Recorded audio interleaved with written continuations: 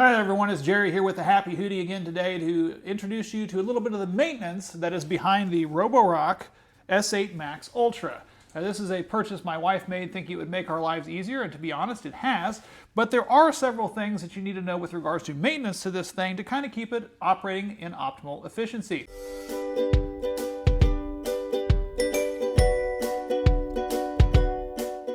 So it does have the dock, and as we've explained before, it does have the clean water and dirty water. This does have to get emptied out, and it lets you know when that is. One feature we found that we weren't aware of is this does have to be shut and locked in place. If you leave it open, like we did to try to air it out, after we had emptied it out, it doesn't create the suction necessary to pull the water back in. So that's an excellent troubleshooting tip in case you're getting error messages stating that it can't purge the dirty water. It's because this is not sealed correctly. So you need to make sure these are both sealed, both in place. This in here has the dust bin, which we have not had to empty out yet. Again, this is a dust bin bag that sucks the dust from this back into this piece and puts it in this nice HEPA bag. This will have to get replaced probably at least once a month. It does come with a spare one with the kit, but you'll need to buy additional ones if you're wanting to do that. On the actual unit itself, it is a very stout, heavy unit. This is a very well-built unit. We've had several other ones from like iRobot in the past that were not built this well, and I love the fact that this is very easy to do maintenance on. One of the things on the back side of here, which took us a second to figure out, is it does have a little tiny lip, and you can grab a hold of the back and it lifts up this little trunk on here. In here is the actual vacuum filter part. Now this does suck into that main base unit, as I've stated before, but if for some reason this sucks up a bottle cap or something that's a larger item and it can't purge this out of here, you will need to pull this out, and it does have this filter here. It ends up sucking things in through these various holes and purging them out, and you can remove this filter and shake it out and beat it out so that it does clean it all off a little bit better, and then you'll need to put it back in and make sure that it snaps back in place so that it knows that it's installed, and then you'll be ready to go again for the vacuum part of it.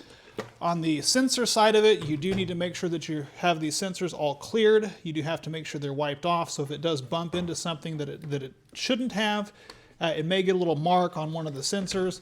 It also has little sensors on the side, and you'll need to make sure those stay clean and wiped off. Maybe check those about once a week to make sure that those are set in place. And now we get underneath here to the real meat and potatoes of this thing, which is where the mop and the brush heads, rollers, this little extending arm roller, it's got an extending mop head roller. All this motion stuff down here, you kind of have to make sure to check on this. Now, the robot will let you know if it gets clogged up or gets stuck on a cord or anything, but if it does happen to suck something up in here and you hear it clacking around, very simple. These things here extend out. You do have the ability to pull the hair off of these. To change out this, it's a Phillips head screw. You can take this off, and they sell replacement heads for these brushes. I think eventually we will need to get replacement ones of those, but right now it seems to be holding up relatively well. As far as the main rotating brushes here, these have held up really well so far. To open this up, you will need to pinch these two here to release the bottom cover, and then these things will simply pop out and slide out, and they do have different ends on them so that you don't get them put in the wrong way. Because these are bi-directional rollers, they do suck in like that. You do need to make sure that they go in, and they give you pretty simple instructions on the bottom here. It shows there's the right one here, it's a pentagram or whatever it is, and that's got to go in there, pentagon, and that's going to go in there like that. This other one here is a star formation, and it shows for that one as well. But as these are out, you can wash these off, dry them off. They do get some little hair and stuff attached on there, and you'll need to wipe those off.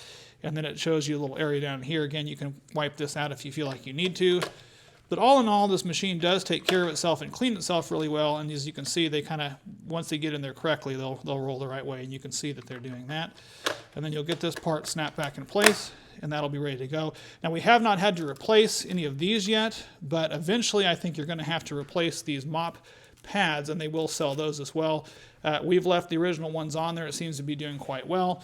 But again, after a few months worth of using those mop pads, same as any other mop that you've got in your house or cleaning apparatus, you're going to want to go ahead and get that changed out, so that way it can keep operating at optimal efficiency.